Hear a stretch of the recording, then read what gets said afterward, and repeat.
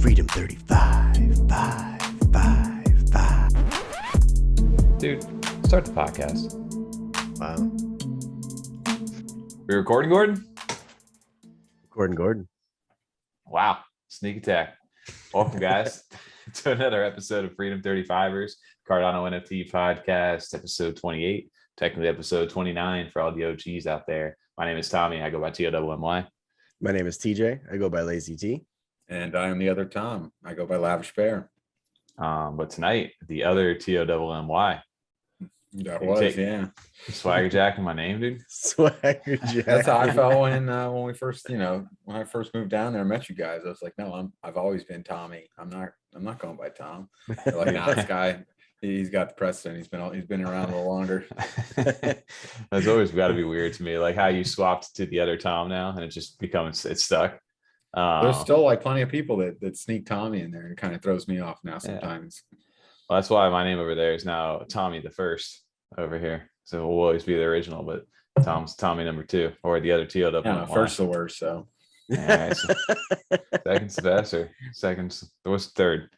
There's treasure chest or hairy chest? I thought it was hairy chest. Yeah, treasure chest, hairy chest, one of those. And then you got T over here, just the real original, the other T. Tonight, creative as always. He's tot tonight, dude. TOT. With our acronym. That's Tom's actually name all the time. The other Tom is Tot. Other Tom, yeah. Yeah. Okay. Well, we got some. I don't know. We Tater tots? got some tater tots. We got some tits for tots. And tonight we got another episode. No toys for tots? Yeah. Ooh, okay. Fair enough. We're back again. Dude, it's so weird. The three of us, like jumping from like a guest episode back to a regular episode. It's so much like we're so much like loose just because like we can be assholes and be ourselves a little bit more. We don't want to drag other people into that sometimes. But last week was a lot of fun, man. We had, I don't know, man, how many different things do we have going on last week? We had a podcast with another podcast. We had JackFriks on. We had a live stream that we did. Dude, so much. We did our own live stream, and then you did a live stream last night also. We did another sit down. Dude, we got so much going on inside the space right now. Busy. Love it. Busy over here. I mean, let's jump right into it. I mean, that's overexposed. But this is NFG's or NFG's podcast, Non-Fungible Guys, with Ryan. Did I say guys?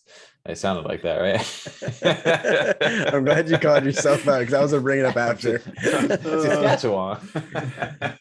You're doing that voice too much. It's like your mom says you're going to keep that face. You keep making it. Now you're stuck with the cross-eyed we were doing so many accents and dumb shit before we got on. So yeah, we were jumping on with last week, Ryan and Devon over there. We got a chance to jump on with their podcast. They do an audio only format, even though we did record the video over in Zoom.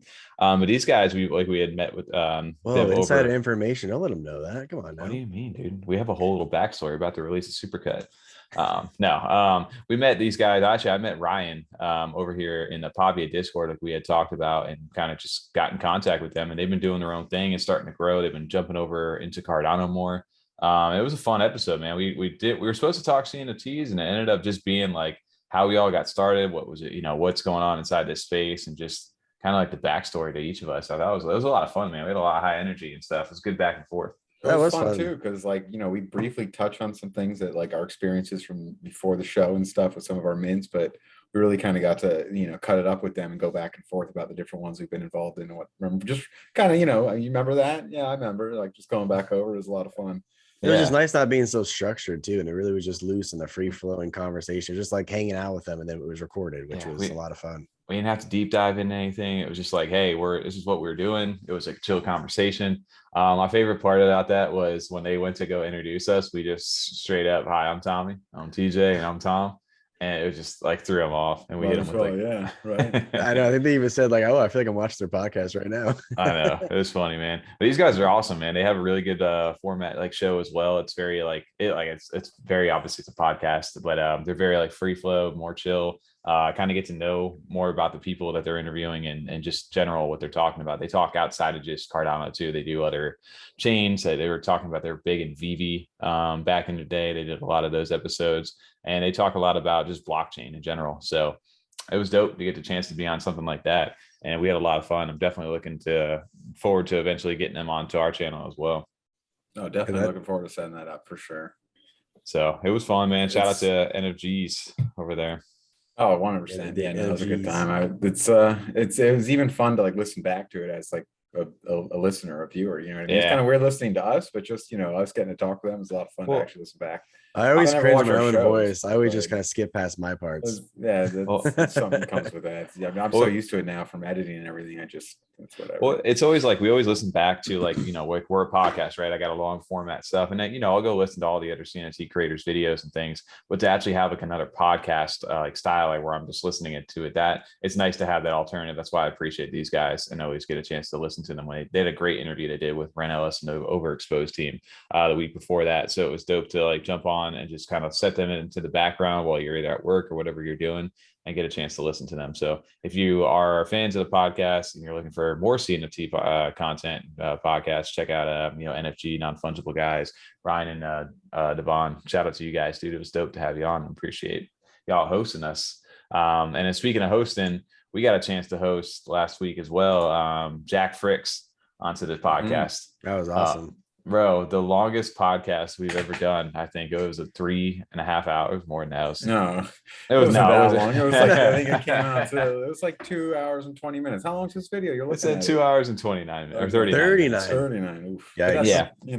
Jack did not know what he was signing up for, man. I felt bad afterwards. It's like, damn, bro, we held him that long. Well, you keep telling these disclaimers to people like, yeah, it's just like an hour and a half or so. Like, why are you lying to these people? It's at least 2 hours. If you want to be a guest or happen to be a guest when we ask you to, just book like 3 hours down, We're gonna need you to clear Wednesday for us. Yeah. Wednesday night free. We may go into after dark mode on you. But no, Jack jumped on. It was dope to get him, and he's an OG inside the Cardano space. He's got a great channel himself, and he's got just a good following, and he's very tuned into the space. His meme game's been on point too over on Twitter recently. And also, just getting like, that's part of why that video was so long, because he had so much information about the especially Mocossi and some of the projects we were talking about. Oh yeah. It kind of added that extra, like, plus everything that we normally say, and then add that extra element. It just kind of really had a long episode, a deep dive on a lot of things. Oh, he was crushing the game as far as, like he said, he got us into the Mocossi. Like, we've been sleeping on that project for so long.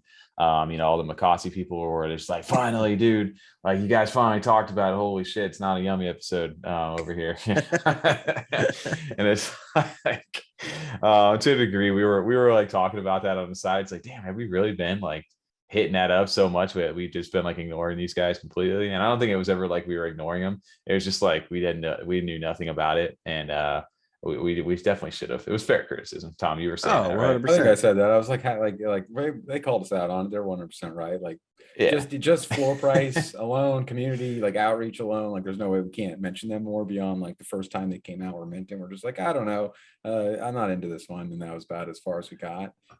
Just based on like the initial look at the art, and then that kind of like original like, oh, they're talking about like Yummy kind of looking similar. We're just like, I'm on Yummy, all right, bye guys. Yeah. And then having him on, it was just like, okay. They got a lot going on over there. He said the same thing, because we talked about like them releasing like tribute stuff to like Yummy, and that was originally what kind of like scared us at first. But he's like, I felt the same way when I first got in. And he's like, I got brought in by like like David King, and then Darachi, I think, was the other one he had mentioned. And he's like, dude, they got me involved with it. He's like, I dropped 10,000 ADA into the project. So I was like, damn, it's a big commitment right there. Absolutely. So, but yeah, it was good to have him on for Mocossi to get us back in there. So shout out to, we got some more updates on Mocossi actually inside this episode. So, don't kill us anymore in the comments on that stuff. And then also Jack, also, it was good to have him on the DEADPXLZ, D-bag MFers. It was just good to get a different like OG's perspective. He's super chill, just very down to earth dude. So it was awesome to have him onto the podcast. So I'm a little upset though we didn't get the tour of the mom's basement though. I'm just upset about that one. Dude, maybe he'll we need to get like a metaverse, just like can you imagine, just get the background he just builds out. And like a hobby aspect. We have Jack's podcast and his card. You get to walk around as your stick frick, and then inside the basement. That'd be dope, man. But shout out to Jack, dude. It's always fun doing these guest spots on there. And again, if we held you up for as long as we did, we're sorry, not sorry. I'm pretty sure he blocked our DMs now. We don't ever want to talk to us again. Exactly. We're trying to get a hold of you, man. We just want to say thank you. No, the line's been disconnected. He's been dope, man. It's been awesome to get to know him too. So shout out to Jack. It was an awesome week to go ahead and do that. Speaking of other things that we got to stream last week, we did our first ever live stream, guys. CNFT or F35 live, as we called it over here. Thank God it wasn't the Sunday Scary. That's all I gotta say. Right. Shout out to Tom over here for dropping one of the most dope countdown things I've ever seen over here. I'm so pleased how this came out with. Too bad, like that. When I sent it to you guys originally, it's like, all right, guys, here's just like the test. I got the countdown to work. And we used a song that I was like, I just found something I thought was dope that it matched up. And we're like, it matches up so well, we have to use it. And we knew it was coming, but YouTube yelled at us a little bit for they did. Like copyright strike, boom. We're like, we're like, whatever, it's not monetized. Joke's on you, we're not monetized anyway, dude. Yeah, they're like, the copyright claim owner might take your ad revenue. And it's like, have fun. All right. Mm-hmm. They can have it all, which is none. I think last week though, I know the week we did CNFT live and that was a 4-hour show. We also were back to back. We had 4 days of like recordings because I think we went on Jay Crypto's show that week. I think we had a sit down like on Monday. Like we had a whole bunch going on that live CNFT live week. Well, I came out of my room like a vampire. Like the light was blinding me. I'm like, what day? I'm just saying, but I think last week that's still with this live stream, our own live stream, and then everything else we did, the longest episode ever. I think that was the longest we've been like. Yeah, that was recorded. You know what I mean? Well, that was 2 hours and 28 minutes. We've had podcasts, I think, like just about as long. It was basically like another podcast. It was a podcast. Yeah, we did like a double podcast in a week, pretty much. Yeah, but it was fun because format, but. It was definitely more, like I said, it's a chill vibe to it, but it was dope because we just interacted with like the community. It was fun to take questions. Like, let's look up this project. We were jumping into like the old money, the mint over there. I don't know if anybody ever caught that over there. The old money guys actually, they got a chance to post that over there. But in the middle of this, I was telling them how I scanned the little QR code on the horny pimp kits that they had out there. And then you bought it. And then I bought the Amazon thing. So that little green QR code, like there's all different ones inside that little campaign material drop that take people to like people's Twitters and different like websites and the weird little things. So this one took me to Amazon for some Clear Eyes. And I went ahead and bought it, and I was like, dude, and the guys Hoosier was like, dude, that made my day over there. And then shout out, and we were just like, what if this was their elaborate like scandal to go ahead and just be Amazon sellers? Push products on Amazon. Yeah. We got the community hooked now. I love old money, man. These guys are amazing, and we definitely need to. That community probably is becoming quickly one of my favorites inside the CNFT space. They're so advanced. It's just so detailed too. Everything they do is very detailed and thought out. I love it. So many layers. It's just like like it seems like they're just like shit posting sometimes, and it's still so thought out and clever. It's also too just like an experience to be part of that. They have their town hall for their MF or FM radio show. And it's literally like a radio show where they're all just like a panel staff. It's like, hey, call, they're taking it on. They just bring you up real quick. You say your piece, and then they take you right off the line. But anyway, it was dope to do that and just kind of walk through. People were telling us about, hey, did you check this news? And it was like, no, I didn't check that news. Let me go look it up on live. So it was just a good way to interact with the community, see what they were thinking, and then kind of be more relaxed. And Tom wearing a hat too for the live stream. Yeah, shout out to Tom. He's not even in the frame on this one right here, but he had his golf hat. He was literally editing like the thumbnail and stuff as we were like going through. So it was fun. The biggest thing for us, I think, is like figuring out that delay. Because doing a live stream for once, and we're not on someone else's show. Like we kind of when we were on Blake's, we let him kind of control the flow. I like the interaction, the live interaction where we're like kind of streaming. But it's kind of a little different than Discord too. Like where it's like it's not like Discord, it's a constant conversation amongst everyone. We are kind of the focus here where we get to like interact directly. They can ask us things they may not ask on Discord always. But we were asking some things back, trying to get some feedback or just curious what people thought. And I forget there's that delay. So it'd be like 5-10 seconds would go by. We would have moved on to something else. And then everyone would be like starting to comment on that because it just got to that part for them in the video. Because we're seeing the chat live, but they're about 5 seconds back on the video. Oh, I know. Well, that was like we're still testing this stuff out, right? Like we've now built in like overlays and, different things for like the cameras to increase the stuff. So we've been getting a chance to like experiment, play around with it, and it'll only get better from here as we start to learn.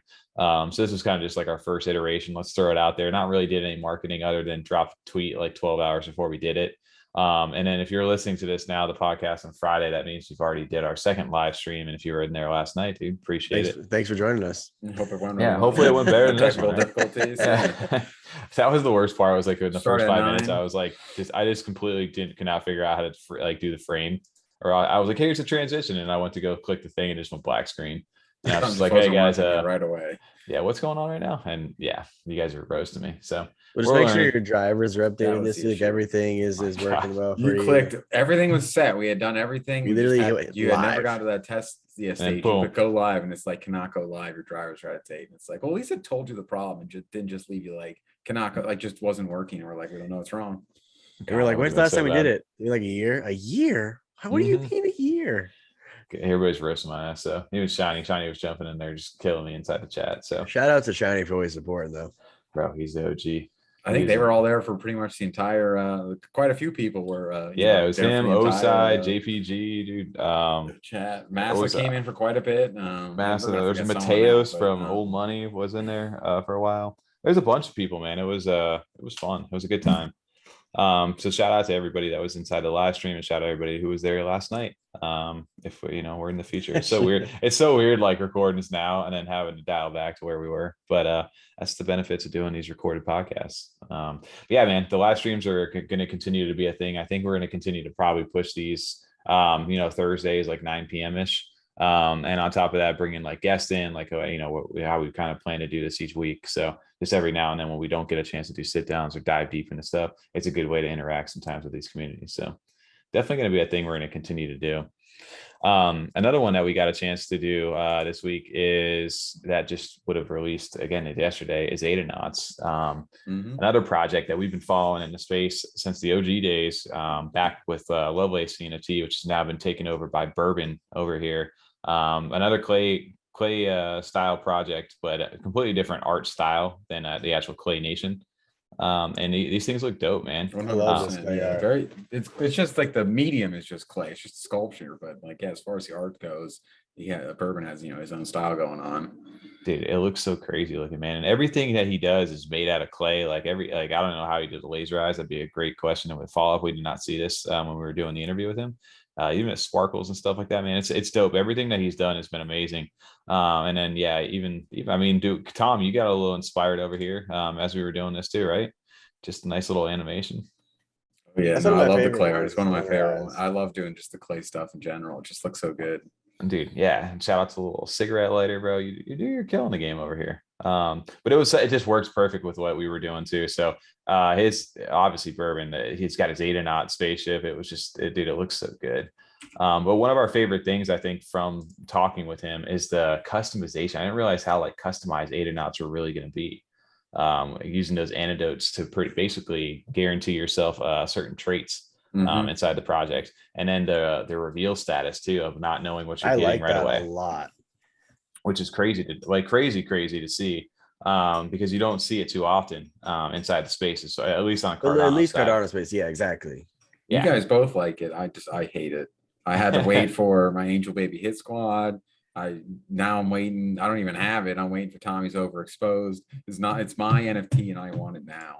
Well, no, I get what you're saying. Like, I feel like I think Tommy said it best too during the interview. I think it lets the flippers not flip right away, right? Because they don't know what they have. So it makes you hold on to it just a little bit longer to really think about what you just bought or you're about to buy, because you won't know what it is right away. That's the aspect of it I like. Of course, I want to see it right away, like Christmas time. No, give me the present now. That's what I was going to say. It's like Christmas. No, I like it. It's one of those things where it's just like, no, like I'm excited. I want it right now. Yeah, I know. It could be a boat. Like I want it. Well, the crazy thing too is like it builds the anticipation for some people, and then others, like you said, it's just like, but it also discourages the flippers like from just jumping in and dumping these things, because you could be dumping, who knows, like some of the best ones inside the project. And again, there's 7,777 of these things if you haven't tuned into that sit down yet. And what was there? The white lists, I forget what the price was at, 60 ADA. 60 for whitelist, 80 for the public. Yep. And they're releasing on May 13th for the whitelist and May 14th for the public sale. So you got a little bit of time to go ahead and check these out. Only way to get whitelisted right now is by picking up a Genesis Adanaut antidote over there, which these were airdropped over to holders. And you can buy these over on JPEG Store, but they will cost you a decent little price right now if you are trying to get in. Right now, $475 for the floor for these, but there will only ever be, I think 500 was what I read now on the website after everything's all said and done.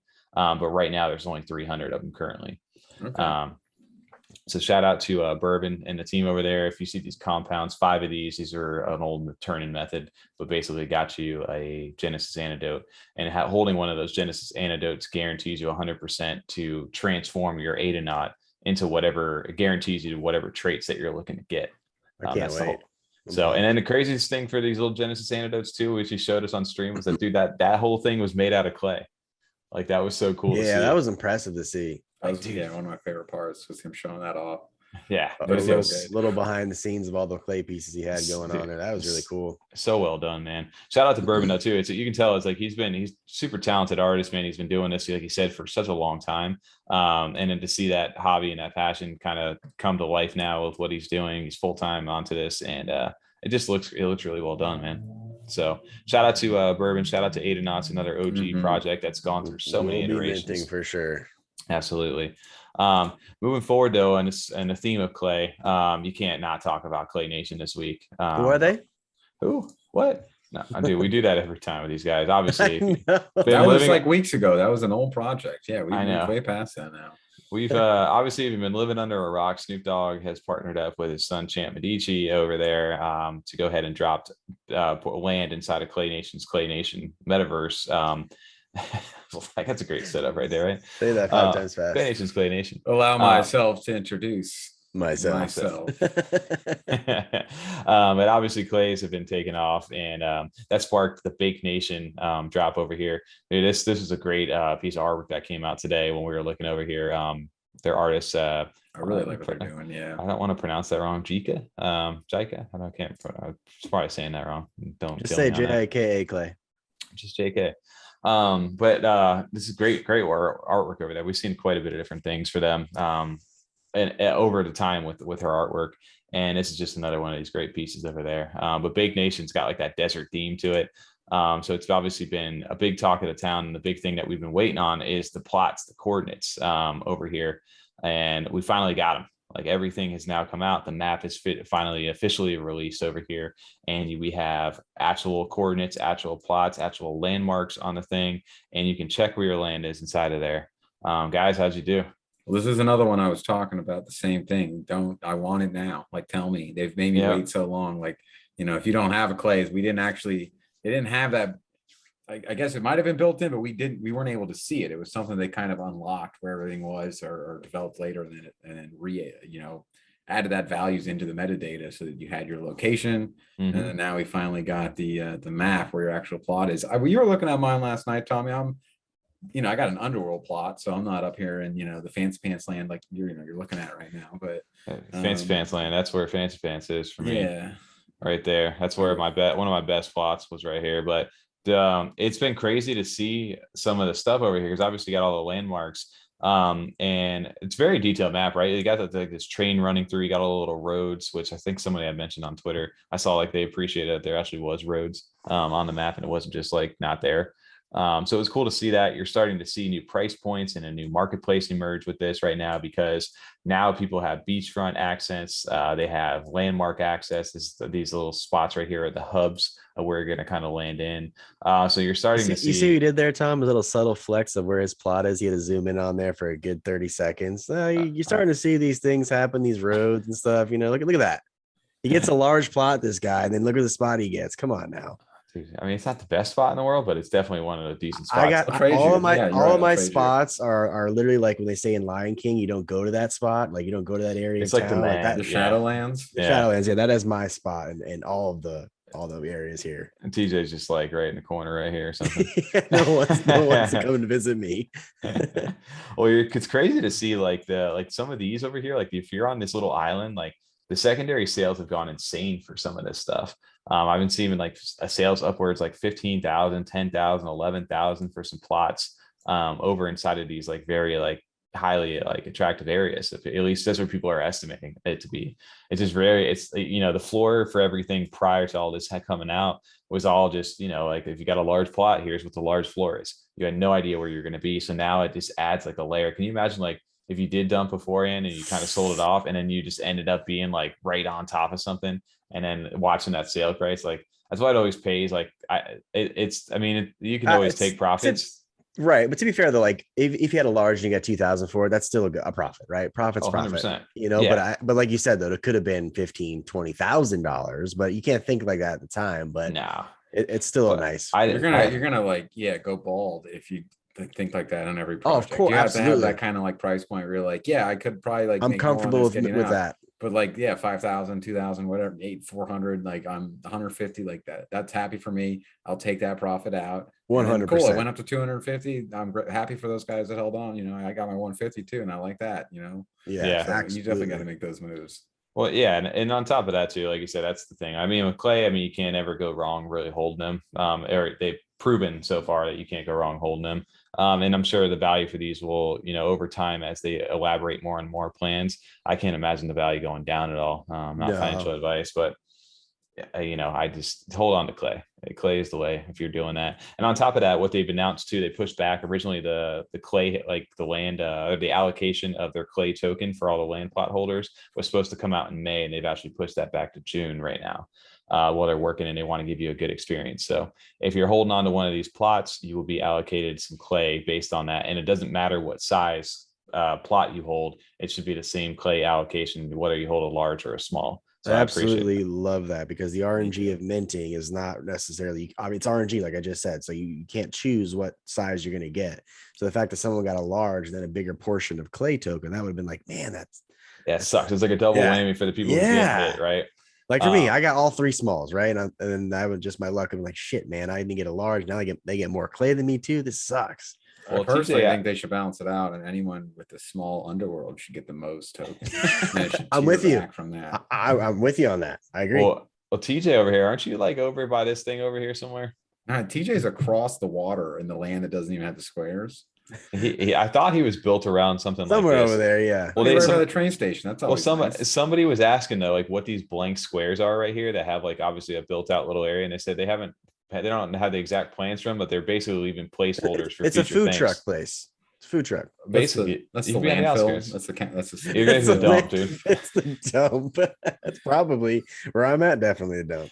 Oh man, but that is interesting to say that like on the long-term play, if you are around one of these things right here that possibly could provide certain value, like you see these little random squares where they could add stuff to that. So that's not necessarily a bad thing if you're sitting around one of these. Obviously they've got these little locks. That's the whole game with the keys. I was going to say in the locks. So you're saying there's a chance. I'm saying there's a chance over there. I'll hold it. So, and then if not, some of these plots over here have been going for insane value. Like I said, 15,000, 10,000, 11,000, like even some of the little small ones. So obviously if people are paying attention, it's all speculative. You never know. But it's just crazy to see. And this is one of the more like interactive, like detailed maps. Like I said, we haven't seen anything yet other than the top down version. Flying around the Grand Theft Auto map. 100%, right? Oh, absolutely. You're choosing your next waypoint. You need your route on the map. Yeah, exactly. And look at all this extra uncharted land, dude. It's like Game of Thrones or something where you just don't know what's out here. Like you just go. Those are the rest of my plots are over there. That's what I was gonna say. That's where TJ's at. the other land, right? But yeah, shout out to Clay Nation for this because everything they do has always been really well done, and even the allocation of the land, is nice. They were pretty thought out with how they did things, so I'm very excited. Cool. I love, like you said, Tommy, seeing that extra bonus where it shakes things up so much, where it's not just like flat prices. This is like small, this is medium, this is large, this is a floor. It's so much more like about, and it's not like they just have a couple stadiums too. There's like a ton of traits, or I guess locations, whatever you want to call them, across this map, where it'll be interesting to see as they announce more of those utilities and what the different actual pictures are going to do, seeing those like floors continue to like fluctuate and change the market up. Mm-hmm. Like they got the camera right above the part you're showing right now, just a little bit north of that. And it's like, you know, they're gonna have like movie nights and, you know, whatever they're gonna plan on doing, those little islands you said, like I'm sure they have more thought out to them than just being like, oh, a little island would be cute, let's put people like on that. Yeah, and they have to have some ideas for these. And these little locks too. I remember seeing when they first dropped like the map before the coordinates that came out. I think Lena was inside of Discord and somebody asked about it. And she's like, Jay Leno? No, Lena. And one of the creators. And she basically said there's clay keys that are going to be out there. And they didn't really, she just kind of, you'll need a clay key and nothing more than that. So obviously there's something else more deeper. Obviously I know they have a lot of plans to go ahead and build this out. This is just kind of getting started. So you know, if you got in, you know, it's awesome. If not, there's still some amazing opportunities out there to still get in. And, you know, get out there before people realize how to snipe stuff off this thing. You can search by serial number over here. You can search by coordinate access. You can hook up your wallet to actually bring your plots online if you connect your wallet to this and sort. So they've got some great stuff. And I know they're already working on map improvements and then like even just visual improvements as you zoom in. So they've got a lot of things in the works. They just had to get it out there to start this out. So shout out to Clays. You know, that's always a good thing. And then one quick little update too from Clays, which we got here today. What was supposed to happen was the Clayfellas, their card packs. Remember these from back in the day? Oh yeah, that looks good though, man. Wow. Right? Son of a bitch, those look really good. So these the physical card decks, man, they've done such a good job. And on top of that, they're going to be connected to an NFT as well. So if you own the actual full set right now, the Jack, Queen, King, and Ace, you can actually claim a physical card deck for free with some like dust fees for ADA. They'll send that over to you, and you'll be able to actually mint your own NFT-L Link NFT for this as well. Can the public buy those too? Or? Yeah, so you can go ahead and buy with ADA. And this is supposed to happen today. I know they had an update inside the Discord, which if you guys can see Discord right here, can you see this? Yes. Yeah, perfect. So originally the physical card deck over here, I guess the sale happened. It was 35 ADA and there was only 850 of them. And that was supposed to happen today. And then I guess there was an issue or something that had happened when it dropped. So they basically stopped it. And then it looks like they're waiting to give you know, an announcement on that. We haven't heard anything yet. So maybe by the time this drops, they'll give more on that. But they're also, you know, it's not really, they apologize to the community for it not working today. So they're also even giving away 10 decks, you know, out there for free. So that's always nice of them. But yeah, 35 ADA, if you haven't gotten, there's only 850 of these. That'd be a dope thing to get, man. You just have a physical card deck with these sweet fellas and Clay, and it's just a cool little like piece of merch if you're really into it, and I do like it a lot. So I just like how they look. It'd be fun to just have, you know, as part of the community. And it'd be fun to have the deck. That'd be great. Yeah, it's one of those things you look back on. It's just like, yeah, I got one of those. That's how long I've been around. And it's sick too, because this is like back in the day where we were like day. What's the day? Hey, day. Day. So yeah, dude, I remember buying these things and I still hold on to, but I have a Jack, Queen, King. I do not have the Ace. I think there was only like 250. They were expensive too when you were like finally looking to expand. And I was like, I can't get one of those. Just, yep. Yeah. It makes sense why you would have, you know, get one of those for free if you did. So I love the NFT-L, like the link portion of this though too, is being able to take a physical piece of merchandise and scan the QR and also be able to see your NFT as well. It just connects like real world utility to these NFTs outside of just being online, you know. Love Web3. Yep. Right. So shout out to these guys. Shout out to this finally coming out. And again, this is a collaboration with Sweet Fellas. If you haven't seen, you know, Clay did their tribute to them and partnered up with them back in the day last year. So it's cool to start seeing this stuff kind of come to light. I love the Sweet Fella kind of like mix of the art too, and the cards. Like with each one having the number and stuff on it, that really shows it off really well. Like all those, like the number style, even the font and everything mixed with the clay, like just it's fantastic. Oh, all the animations too that they did for the originals. They all look so good. Yeah, shout out to everyone on Spotify right now not able to enjoy this because these look great. They're very good. Hey, you can have some Apple people out there. Yeah, go. Apple, yeah, whatever you're listening to it on, you know, 93.3 FLZ or whatever channel you're on. Freedom 35 hours radio. Yeah. I was just thinking that when you're like, oh, can you guys see the Discord here? You know, just shout out to everyone on Spotify. You guys just read this message real fast. Yep. Yeah, maybe we got the link down there. But shout out to Clay, shout out to Sweet Fellas. It's been dope collaboration over here, and I love how they didn't forget about this. They got with everything they got going on. This is still happening too. So dope to see this kind of start to come to light. Speaking outside of Clay's, there's another update that we did last week was over with DEADPXLZ. And DeadPXLZ, the staking went live. We talked about the preparation like the 7 days before. It officially dropped on May 2nd, so 2 days ago. And we are in this 90-day accrual period for your ding, where you can actually start. Yeah, ding, right? Congrats. I love the name of that. It just fits so well for this, right? And the Dingonomics is what they call it. But basically, everybody in the DeadPXLZ community, if you were holding one of the DeadPXLZ, and then if you got the MetaPixel as well, you were able to stake those. And inside of staking that, it locks it up for 90 days right now. You can pull it out early, but it does hit you with a penalty for doing so. So wouldn't recommend doing that unless you absolutely need to take it out. And then I think it's July 31st, maybe, is when the 90 days is up. Yeah, July 31st right here. Sorry. But the coolest thing, which I appreciate, and just goes to the tech of how advanced DeadPXLZ really are. I like the live accrual of that right now. Do you see it as we're literally in real time? It. You can actually see it increasing as we're sitting here. So I only have my 1 pixel staked with the MetaPixel, so as it's going, but you can kind of see it. It seems like it's about like 4 or 5. I think it was 5 times, about 5x difference right now between the actual DeadPXL versus the MetaPixel. It's earning just about 5 times the rewards right now as far as ding goes.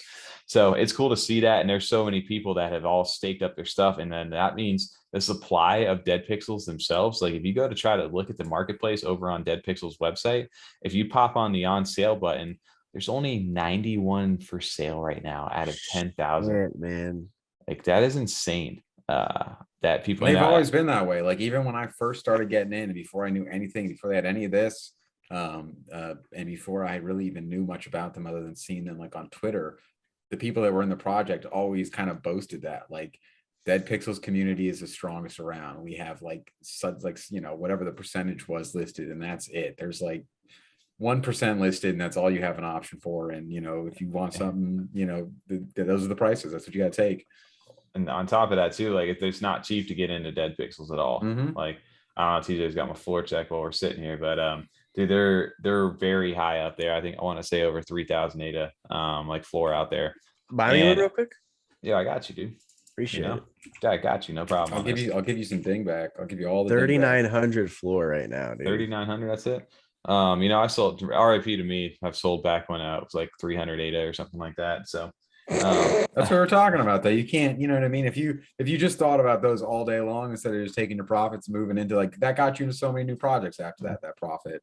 That you wouldn't have been able to get in and grow your entire, kind of portfolio without that. Mr. Positivity over here. I love it. Tom, thanks for making me feel better about like it wouldn't be any fun if the entire time you're just like, I should have done this, this, and this, and this, and then you're never going to make. Eventually, you'll get paralyzed. You're not going to make any moves in the future and never sell anything because you're just always afraid of that. It's always going to be like sitting there in your thoughts. So it's just like, you just got to set your point and price point. And when you get excited about it, like, ooh, it's at 500. I'm going to do this. Let's get out. All right, nice. Next one. And if it's something that you always want to jump back in long term, like if this is like a community you want to be involved with, take the profit and then eventually find your way to get back in and sit into it long term. Because obviously people who have held on to this, obviously are doing pretty well right now too. And on top of that, just the tech, the guy behind this AF, dude's a genius. Like I said, the Plutus pioneer. He's very well just advanced inside this space, and he's doing it. He's just doing things that nobody's doing really. And to see like the live rewards, what the actual price is, he's got his own marketplace and the amount for sale right now. It's just a testament to this project. They always say in the community over there, 1 pixel equals 1 house. And the more that I start to see from them, I'm just like, maybe. That makes me excited because obviously I'm diamond handing on to my only one that I have left. And it's just dope to see this, like, the fact that it's actually accruing in live time. That's super cool to see. So shout out to the DeadPXLZ community. This is one that I'm not really active as far as like the Discord goes, but to just know, like, obviously I'm always watching. And it's just an amazing project out there. Always watching. We're always watching. Speaking of projects, again, we're kind of doing like a follow-up, I guess, this week out here. But we had to shout this out just because of how dope the artwork was on this and how surprising and like just timing of like the market last week. And everything's kind of been like really like hyped up. We had a lot of big mints this past few weeks, but the market in general, just of crypto and everything too, has also been going down. So I don't know, there's been like multiple catalyst events, but Brightleaf Laboratories, this was a shocking one to us that this thing didn't sell out instantly when it first dropped because just of how cool some of this artwork was. And this video to me also is just a really kick-ass video. But they're still minting right now. And interestingly enough, they had the NFT maker launched, I think, when they first got going originally, and I thought they were sold out because I couldn't log in. To come to find out, you were able to get back in after the fact. But I don't know, I don't know if that was like a turnoff for people, or people. I knew a lot of people thought it had sold out when it originally had dropped, and then finally people, I don't know if they moved on, and it was just like, all right, we're on to the next one kind of thing. Because you did have like Overexposed and those other guys were dropping. Change of War was dropping last week. But was this surprising to you guys? I was surprised. I think the issue too, now I'm looking at it now, they're maybe not selling out because the floor is 52, right? So people are probably like, oh, if I'm going to buy, I'll just rather buy off the floor instead of just minting a new one. Right. Yeah, because it costs 130 to mint, right? A single one, and then a tier down to like 110 and then 100. So I think that's the people are kind of steering away from that just because of that. And I think whoever's selling below the floor is really, I won't say ruining the project, but it's just like hurting them in a sense to sell out because of. Well, it's like, if I want to get in, why would I spend double the money? Exactly. I can just spend 52 and I'll be in the project, no problem. And then or other people, the other alternative to that is like, hey, you can mint like a really rare one. And then once the project sells out, obviously you're on the higher side. So true. I get it from both sides of this. Absolutely. It's just, dude, man, some of his artwork just looks so cool. I like Overexposed mint price. Overexposed was 150 for the public, 100 for the whitelist. Okay, I was just curious because both of them, they have that 3D rendered art. It's 3D renders, so it's easy to draw kind of comparisons. They're also sort of like that, robot theme on both ends. One's kind of camera focused, but the style is still different. Like their attributes and everything else is still very different. It just seems like, that's an expensive entry point. We are seeing a lot of projects kind of bounce back down to 50 and 60 and kind of be successful. I know they were definitely trying to probably value the time they put into making this art. No, I don't know the full extent of where they're going as far as what other mints they're going to have, but I'm just curious because it looks like it just has a torso, right? No arms, no legs, none of that stuff. I'm curious to see if like later down the line they release like arms, hips, legs, and stuff like that, or the rest of the frame, like call it a frame, a body, right? So you piece together the robot. TJ, shut up. We got to do this, all right? But I'm just saying, we'll cut this part out, guys. Don't worry, we're good. You don't have to have the exact like looking parts that you already have. You can mix match with everything together to make a full robot. Well, it looks like almost, I love that because it's like rooted, right? Like they have the dirt and the roots underneath there. Like it always feels like, they're pulling it from the ground kind of thing. And I know it does, like I said, it has a green initiative to it. Like, one tree planted in the Amazon per NFT minted. So everybody over there buying on secondary, if you're doing that just to pick them up, that's great. And I know you're accumulating, but if not, go out there and mint the rest of these things and knock this out for these guys. Because I think as of the recording right now, there's 4,261 of these currently minted. So that means they got just over like 1,300 to go. So they're getting close, and hopefully by the next week when we're on this, they've sold out. But this is a project I definitely think deserves to sell out with as far as the art style goes. I know there's big people inside the community, and even Monad Alexander from the Unsakes, he was scooping a bunch of these up, and he posted like his wallet of all these different ones, and he's not one to normally do that. He's like, dude, the artwork on this stuff really looks good. You guys are sleeping on this thing if you guys think that this doesn't deserve to sell out or get fully minted out. It's a great looking project. Definitely deserves the recognition. That is for sure. So shout out to Brightleaf. I know this is one that kind of maybe they got overshadowed a little bit last week just because there was a lot going on. And like I said, the NFT maker thing could have thrown people off at first if they thought it was sold out, and then come to find out it wasn't. But and even the minting price probably it is everything with crypto in general has been down. So maybe that may seem like a high investment for certain people. Just like, I just don't know yet. And then obviously with the floor price the way it is, I can understand. But I think once this does eventually sell out, because it definitely deserves to, it may be a different light. People look at it a little differently because you don't have that option anymore to just go mint something if you want to. Right. So I just wanted to make mention of that because it's definitely an interesting. This was one that kind of shocked us a little bit, honestly. That I was really surprised it didn't go that way because I thought this was going to be an instant sellout over here. Me too. So shout out to Brightleaf. Hopefully by the next time we talk about you guys are sold out and we're talking about how great the project's doing. So moving forward to that 3D network, generative, not 3D generative. Yeah, I guess they are generative. But 3D artwork, which has been always the high quality that we've talked about multiple times over here, is overexposed. I was wanting to kind of give an update on this because obviously we've talked about it. The artwork's been great. Minted a legendary, no big deal. And then we talked about it last week, dude. They don't want to hear it a third and a fourth time. We get it. I know nobody wants to hear it. I just since I got the control right now, I got to show it. But no, we did get an update from them over here inside the Discord. I wanted to shout this out as we were right before we jumped onto the recording tonight. If Discord loads, and I will click this for you guys will see the announcement. But we did finally get Discord break. Discord just breaks sometimes. You guys, again, shout out to all the Spotify and Apple music listeners. Right, you guys are just killing it right now. But no, they dropped finally all the mechanisms have been like fully released to the public. So all the I think they did that second raffle for anybody who didn't mint. And I didn't get one. I know, I heard. We did that on the live stream, I think. But for these guys, everything's out now officially, and they gave an announcement to these top 10 mechanisms, which is one of the ones that I hold. And starting on May 7th, so we finally get an answer to this. So this Saturday, the day after this podcast, you're going to get to see the first two.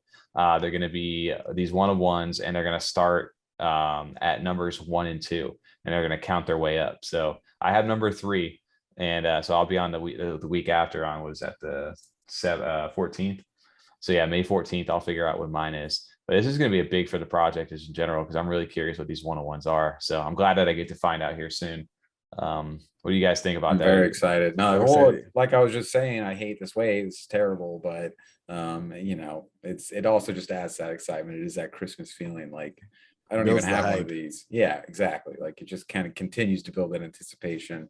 And especially a project like this where it's like everyone's focused on it. So it's going to be, it's just going to be cool on Twitter. I'm excited for you just to be able to kind of show it off and see the reactions. Well, I love that I'm not first, and I love that I'm not last, because I don't want to be caught somewhere in the middle of all this stuff. So I feel like I'm in a good spot because I'll get to see what's out. The hype's going to get built. And then next week I'll be on the following. And that happens right before, because right down a little bit before this, they've been teasing like the Blackpaper. They officially give an announcement date for that too of May 16th. So I get my reveal just before that Blackpaper comes out. So the hype train is going to be in full motion at that point.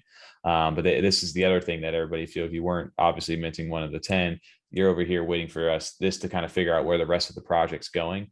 And they're kind of going to give you, I guess, more information on the Genesis perks if you hold one of those 1,000 tokens, the mechanism developments, the auctions. They have some partnership details. It says different events that they're going to be doing. And then they even have a season 2 sneak peek. So that's even interesting that they're teasing a future. Season 2, yeah. Yeah, already. So that's interesting right here. And then there was some misprints and misspelling inside some of the metadata, which I saw some people in the thing saying that. So I guess they're working on fixing that as well. So if the metadata is of a rare trait, we'll be updating the image to match the metadata. So if you have something in your metadata that says something that doesn't look like what it is, it's actually going to get your thing may change, your picture may change, which is interesting. So that's pretty cool. It's good on them that they were able to go ahead and do that too. Mm-hmm. Definitely, get that fixed and make that correct. I always think like it's so easy to say from the other end when you're buying and just sending data, and it's like, how do they even mess this stuff up? Come on, guys, you weren't working on this, but I have absolutely zero idea what that side of like the dev side is, especially with the size of your teams and stuff. I just don't know the background enough about them specifically, or any project. I can't imagine what that's like. I know every project you see, they're like, we've been up for 52 hours. Please. We'll get you the refunds, I promise. And we'll still say, where's my refund? I don't care how long, I'll give you my refund. Or literally, like, they'll be like sold out, and people are like, so when is refunds? When do I get them? It's like the NFTs, like 3 of them have been sent out. Like, I know. So you're saying I might get one still? Oh, okay, got it. No, yeah. So it's gonna be dope to see this stuff. It's definitely unique inside the space the way they've done this stuff. So we're going to get to see the first 2 of these things. So if you're listening to the podcast tomorrow, the first 2 of these will get revealed. And then the week after that, obviously we'll make sure to let you know what we got, but definitely going to be dope inside the space, and may set a new precedent too for future mints. Did you hear that, Tom? It's what we got. So I want to list what we got for 100,000 ADA. Yeah, you guys want to jump into this? We'll jump on a little Freedom 35 and then boom, we're going. Well, Tommy, what day next week? It'll be Thursday. It'll be 14th. So it seems to me if they're doing it on the 7th, which is Saturday. What day of the week is that? 7th. That's 7th. The Saturday. Saturday is the 7th. You're still giving me numbers. No, what day is yours released? The 14th. On the 14th. Which is a Saturday. So I just said Saturday like 4 times. You said the 7th like 4 times. Which day, Tommy? Saturday. Okay, so that's after Friday. That'll be Sunday. That'll be not on the next episode. Yesterday was Thursday. Oh, no. Now you're giving out teases that aren't even gonna be on next week's episode. You know what? Hey, a little early alpha. You gotta come in 2 weeks from now. You can just skip next week, guys. But 2 weeks from now, you can come check out the turn the stream off. Wait, don't worry. It's gonna be a topic for next week. Tommy's gonna mention. I did have it. That NetWe right there. Now I hope you get a dumb one, like it's a cucumber or something. Cucumber. Yeah, I heard that. You're gonna get burned on it. That's gonna be something like, one part of the dev team was just really into something silly, and it's gonna be something you hate. I'm gonna get the worst one out of the whole 10. That's right? What I mean. Yeah, just something like, we got a big Eagles fan on our team, so we just made one in the Philadelphia Eagle. Oh God! All right, well, don't jinx me like that, guys. We got to keep the mint look going. Shout out Overexposed though. Dope to finally see where they're going. Blackpaper releasing May 16th, which is a Monday, Tom. In case you wanted to know. Dope. All right. Monday for us. Yeah. Speaking of another mints that just minted today, prior to us for getting in, and none of us got in on the raffle for the public sale today, is Ugly Bros. We're just, some NFT bros talking about ugly bros over here. I always see that term going around inside the space, NFT bros. NFT bros. Yeah, that was one of the comments in the video last week. How did I get recommended to NFT bros channel? Or what did it say? Something I was like, I get recommended NFT bros? And I'm like, I don't know, man, but I appreciate you being here, bro. Get gas, dude. I mean, we're definitely some bros, but I don't know if we're like, yo, fucking let's check this project out, guys. We're the extreme guys from Hill and Kumar. Yeah. Extreme. Yeah, no, I don't know for that style of bro, yeah. And we got like the Vanessa Carlton on the playlist. They got some music over here. Ugly Bros, speaking of them. This is a project I missed out on season 1. I did try to mint it back in the day and totally just got sold out and got a refund for it. But they've dropped their season 2 over here, and a lot of the community members have started to post pics. And shout out to Chronic, because I love this the skull version. This is the first time I've seen one of these, so they have these new ones, but this one to me looks super clean. By the way, shout out to you over there. Chronic's getting that good mint look these days. Some interesting extra attributes in this series. They're all ugly. Yeah, it's just much for a lot of international stuff you don't normally see in other NFT drops. Sometimes some of the traits can get a little stale. They brought in a lot of cool ones and some different ones in this drop. Yeah, it's just they have their own unique art style for sure. And like I said, the name implies, I'm assuming we're going for some ugly traits or whatever it may be, or ugly, but obviously the quality of this stuff is not ugly. They're doing their thing. They've got the artwork itself looks good, and on top of that, I know there's music built into them. I know Serge and inside the space, he's very both of them they're very big into music over there, so non-auto generated art too. And they're definitely big inside the CNFT community. And with this mint that happened today, they've updated us with a nice little thread over here now that these are out. And they're basically breaking out their roadmap over here, which includes potions, an ugly paper, some merch, and an ugly verse with some TBD dates. But these potions apparently are coming out in May.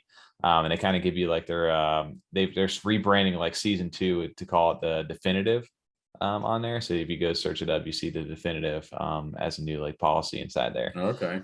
So now these have launched, you got 7,500 of these with 50 music tracks, which is really cool, and 3D illustrations. And then down the line here, I guess they're talking about these potions. And I'm not really too sure what these are at, but if you hold one of the season 1s, you're going to get an airdrop 250 of these ugly potions. And then eventually some of this stuff will go to the top holders. And we've seen this in other projects and other communities too. So how can they get uglier? Do you what do you think they're gonna what are they gonna do to it, right? Maybe there's some handsome bros, right? Oh wait, what if it did the Shrek, right, where it did the complete opposite and just made them the handsome? That's what I'm saying. Handsome bros, ogre and Shrek into Tracking donkey is like a noble steed. Yeah. Oh, that'd be dope. That'd be funny actually. Let's do a little flip like that. And then outside of that, they've kind of gone down the list. They've got their ugly paper, which is saying coming out in May as well, to kind of expand inside the ecosystem itself. You know, they're looking like there's an ugly token over there. So they're going that full route of like, you know, really bringing this project to life outside of just the artwork itself. And you've seen a lot of these new projects start to go the token route. So it'll be interesting right now. It'll be it's an ugly token though. So maybe it might be a little different. And then on top of that, they're also giving you some merchandise too coming up. I don't know what this is. It just looks the opposite of ugly over here. They're doing a pretty good job with their marketing. You know, it's very conflicting. Is that a mystery box? I don't know. It kind of looks like it, right? There'd be anything in there. Nice and pink though. It's got a little plug. I don't know what that means, but maybe it's just like implying that, you know, you got, is that like a laptop in there? Who knows? Reminds me like a shoebox. Maybe. Box plug. Zoom in, see if we can find. Two words. This is dope over here too, by the way. This little like in-game like metaverse like portion of this, I guess, to bring your uglies to life, but they're partnered up with Citadel Meta, which is something I haven't heard. I've never heard of that actually. Yeah. To design houses and assets for future Cardano Metaverse projects. And once the metaverses are live, they're working with them to make digital compatible deployments and provide holders of Ugly Bros starter homes to place on a plot of land. I thought this was Pavi, honestly, at first when I first was looking at it, but look like Citadel Meta is a new thing you need to keep an eye on. Only 143 followers. They grow up like Pavia do one day. We were here first. We were talking about it. We were at 144. That's an NFT bro comment right there. We were here first, bro. We get off our beach. Locals only. Locals only. Oh man.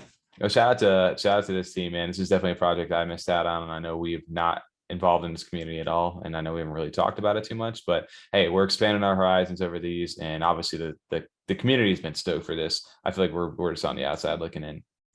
Just wasn't lucky. Still salty. I didn't get in on Mint, so it's a bad project, right? That's how it works. No, obviously it's not, but you know what we're saying. Shout out to Kronk, dude. This thing looks sick, dude. This dude's getting some killing the game over here. Killing the game, yo. And speaking, actually, let me pull this out of here. Speaking of new projects and things to get into, TJ, don't you got something for us? Yeah, that's right, guys. We have another community spotlight tonight. We were fortunate enough to sit down with J-Rod from Ape Nation. I actually was there from pretty much the beginning, so I got to see when it went all the way down to 8, and now the community took it over and brought that floor right over 100 now. So that's really awesome to see. And welcome on, J-Rod. Thanks, guys. Thanks for having us, man. We greatly appreciate it.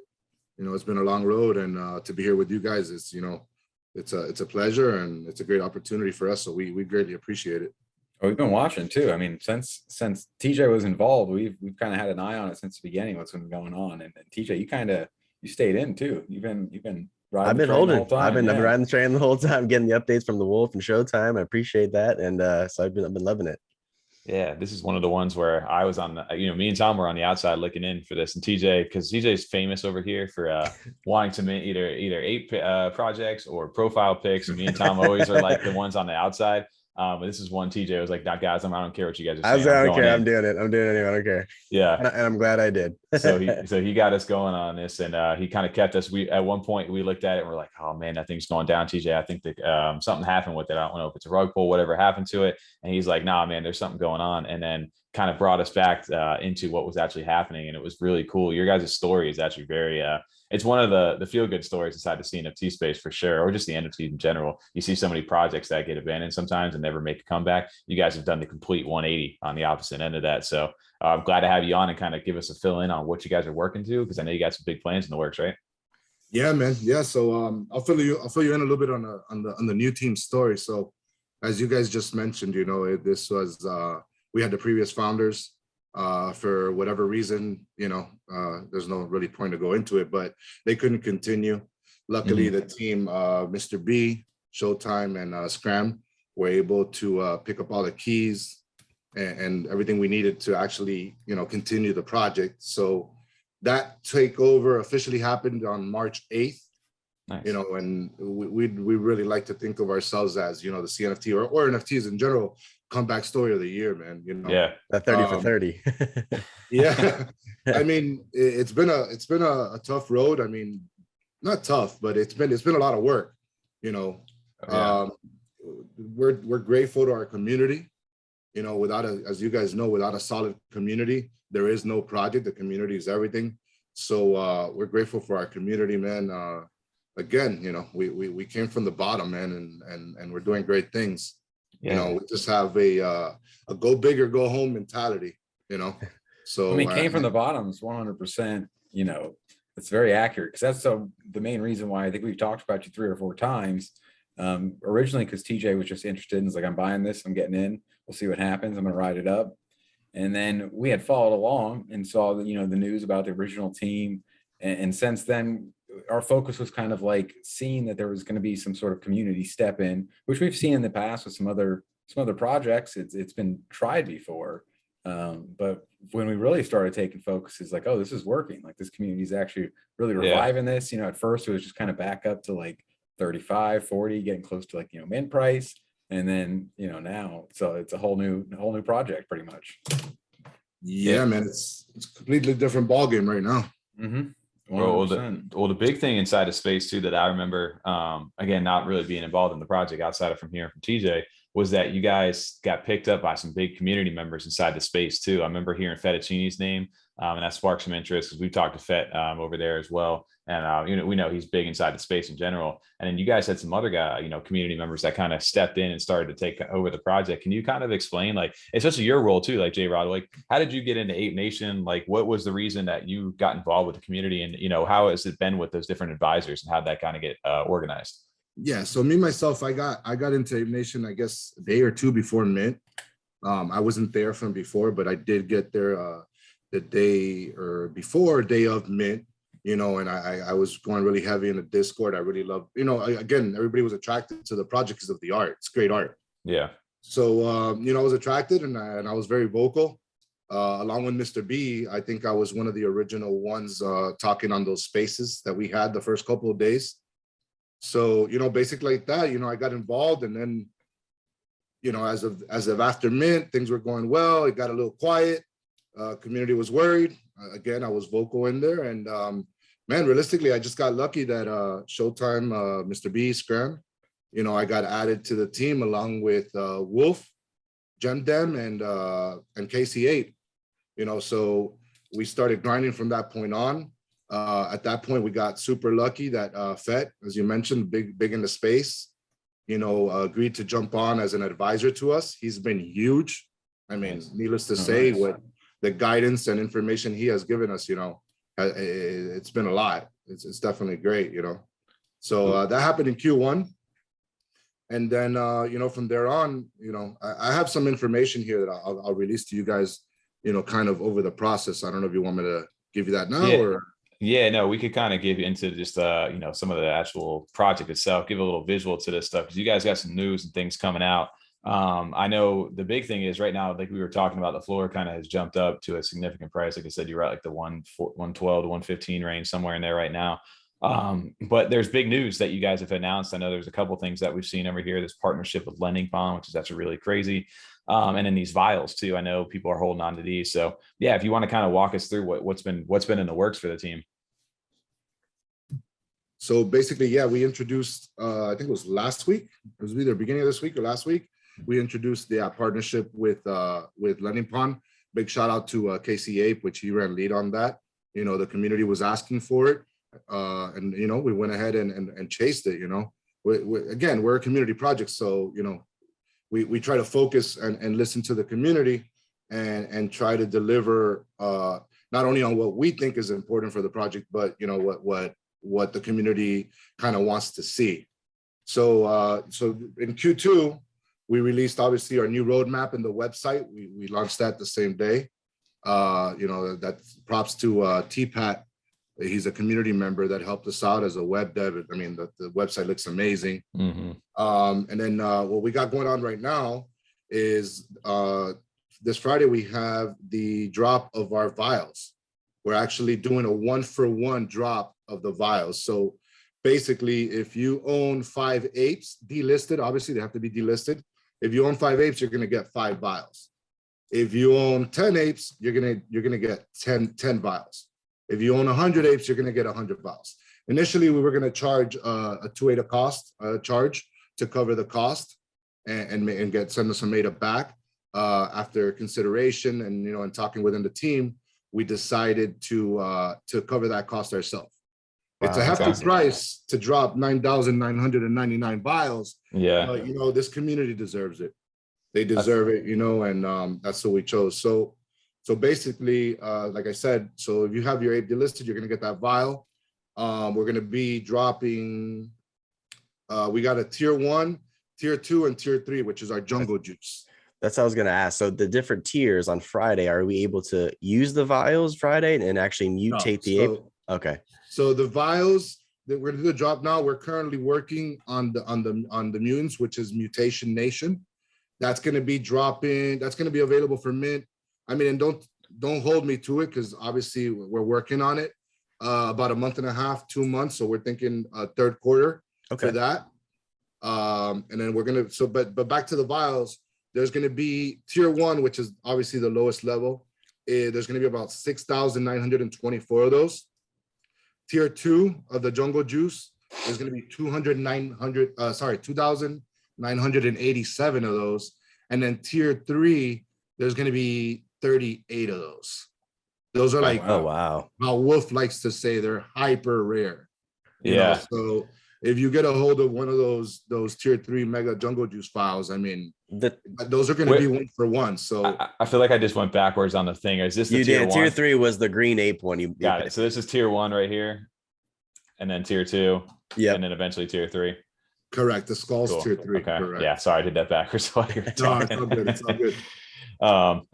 That's dope. So there's 3 different types of mutations that you guys are going to be able eventually to mutate the apes. Kind of, you guys are following kind of that same footprint, that blueprint that Bored Ape Yacht Club has kind of made very popular out there. Is that something that was originally planned back when was that something that was birthed out of the community of, hey guys, this would be an awesome idea? How did that kind of come about? Well, when there was still talks before we took over of different routes we would take, mutations did come up, and then the old team did kind of, before they disappeared, they brought up the mutants. I mean, the community really wanted it. So obviously once we took over, that was the game plan. I mean, we were going to go mutants because the community was all about it. And then I'm going to backtrack a little bit. When we took over, we had our option A and option B vote to decide the fate of the nation, our direction. We actually let the community vote on whether we would be burning apes. There was a bunch of things integrated into that vote. So, but yeah, man, the community chose the path. And here we are. So now back to the thing I told you, a month and a half, 2 months more or less on the mutants. Something pretty cool about Mutation Nation. So obviously the OG collection has 9,999 apes. So let's say you hold a rank, I don't know, let's say a rank 500. You're going to be able to mutate that one ape OG. You're going to be able to mutate it with a tier 1 jungle juice vial and a tier 2 jungle juice vial. So essentially, you can end up with a set of 3 of the same ape, which is pretty freaking cool. Yeah, that's dope. That's different. I like that. Yeah, it's pretty cool. So it's pretty cool. It'll be a set. Now, however, obviously the tier 3, the mega vial of the jungle juice, you won't be able to do that because those are going to be 1 for 1s. Yeah, I can imagine. 1 of 1s, excuse me. I mean, only so limited amount too. It makes sense. Yeah. I mean, it's going to be pretty cool. It's going to be pretty cool. We're excited about that. I mean, there's a lot of good stuff coming. So what was the timeline again on this, as far as once the airdrop of all the vials and stuff happens? So when are you going to actually be able to, do they have any kind of date, or like you said, a Q2 or for the actual mutation itself? Right now it's about the beginning of Q3. Q3, okay. Yeah, so we're beginning of May now, so about a month and a half, 2 months. So the beginning of Q3, we should be ready to roll. I mean, one thing about us, I mean, I know, and I say this all the time, and I'm very repetitive with it. The CNFT space, the NFT space overall moves so fast. Oh yeah. One day can feel like a week. Absolutely. The one thing about us though, like even the vials, we did take a little bit on them. We're just not going to release anything for the sake of releasing anything. Yeah, I like that. We're gonna grind. We're gonna change, and we're gonna get it to the point where we have that wow factor. And if we don't have that wow factor, we're not going to release it. You know, we're going to wait till we get there, and that's, you know, that's the main thing. Yeah, no, that's a dope. Like you said, anybody nowadays, it feels like, you know, if you're not quick to push something out, you know, people are like, you know, they get impatient, they want to move. Like you said, a million miles a minute over here in this space, and like you said, a week here sometimes feels like years. That's good to hear, though. Like you said, you guys are taking your time. You've got an established community, because the biggest thing for me, for Ape Nation, was just the fact that it was the community kept it alive, and now it's thriving because of them. So if you got a passionate community behind you, you know, they're way more willing to wait. Hey guys, take your time, do your thing. We believe in the project, and we're here to support you guys as you guys grow. So that's a big thing for me, for you guys. Yeah, I mean, absolutely. We are where we are because of the community, first and foremost. I mean, without them, you know, we wouldn't be anywhere near where we are right now. Yeah, even to see like the website and all this stuff, man, it looks really well done. You guys have like you said, it just seems like right now, just in general in NFTs, you know, the 8 projects are hot. You know, that what's going on inside the space. So you guys have to go ahead, you know, these different projects has to go ahead and actually do something to stand out now. And it's definitely a saturated space as we start to grow. So you guys seem like you guys have a unique thing that's going on. And again, what Lottie said, the community can kind of carry you guys. So what I kind of wanted to ask, what like the roadmap portion of this, obviously we got the vials, we have the mutations that's happening. Do you have anything outside of that that people are getting ready to look forward to, or outside of the, you know, just the mutations? Yeah, absolutely. So in Q2, I already went obviously over, we launched the Canopy Club. I don't know if TJ's aware. I mean, he should be if he's in there. So our Canopy Club is our top 1K ranks. You know, we got an exclusive Discord chat and voice channels for them. You know, and we're going to be doing at the end of this month and at the end of June, we're going to weigh 500 ADA to top 1K holders. Starting the first month of Q3, we're going to be giving away 25% of our royalties. Oh, wow. Okay. To this top 1K club, which is the Canopy Club. So, you know, that's pretty big. That's a bunch of utility there. You know, that's going to come along with automatic access to the off whitelist for the mint of the Mutation Nation. Let me jump in here. What else we got? So you got almost like a little DAO. Maybe is that some sort of a DAO in there? So it says community vote on Ape Nation burn. Like, is it like automatically its own like little DAO inside of there of all the holder? If you're a holder, I mean, I wouldn't call it a DAO, at least not for now. You know, but the point behind the votes is we're a community takeover. So we want to let the community decide, you know, many things along the way. So that vote we held, that was actually last week. Like I said, back when we started to decide the fate of the nation, we had initially voted to burn, to buy back with 25% of the royalties, buy back apes off the floor so we can burn and reduce the collection. However, you know, it ended up being that it was going to be a lot less than everyone thought. So we had somewhere, I mean, around the 150 range to burn, and that didn't really make sense. You know, it's a limited amount that really wasn't going to make much of a difference. So we decided that, you know, that would go to better use to reward the community with giveaways for advertising, marketing, influencers. You know, there's all types of things that we can do with those apes that would result better for the project overall. You know, so that's basically what we're rolling out. Hopefully at the end of this quarter as well, is we're going to be rolling out the escrow service. So we're planning to facilitate the trading of apes. So basically we're going to start off, you know, with only apes. So let's say, as long as there's an ape involved in your trade, we're going to take care of it for the community at a low cost, you know, to facilitate trading or whatnot. Like you said, we did the Ape Nation vote. By the way, they voted not to burn, so we're using that. And then starting Q3, we already started our marketing push and collab push. We're working on that. I mean, it's amazing, you know, when you start growing a little bit and you start getting noticed. We've had a bunch of projects reaching out to us. Outside of Lending Pond, is what other collabs you got in the future for Ape Nation? Well, can we even talk about that real quick before you even get into the others? Like Lending Pond itself is a huge collaboration over there. Like they don't just partner up with anybody right now, right? I know they have a bunch of people that they're trying to onboard. The fact that you can offer up your ape as collateral and they're backing this project up. I mean, How did that utility? Awesome. How did that kind of come about? Do you have any details on that? That does say a lot. I mean, that's a big one. In reference to that was KC8 Ape that reached out to him. Mm-hmm. He was in communication with him. I don't have the exact details on the conversations. I know that we, as a team, we decided for him to reach out to them. And it came through. So unfortunately, he would be better to answer the details on exactly what was said. But at the end of the day, like you said, it says a lot about the project and the direction that we're going in. They like something.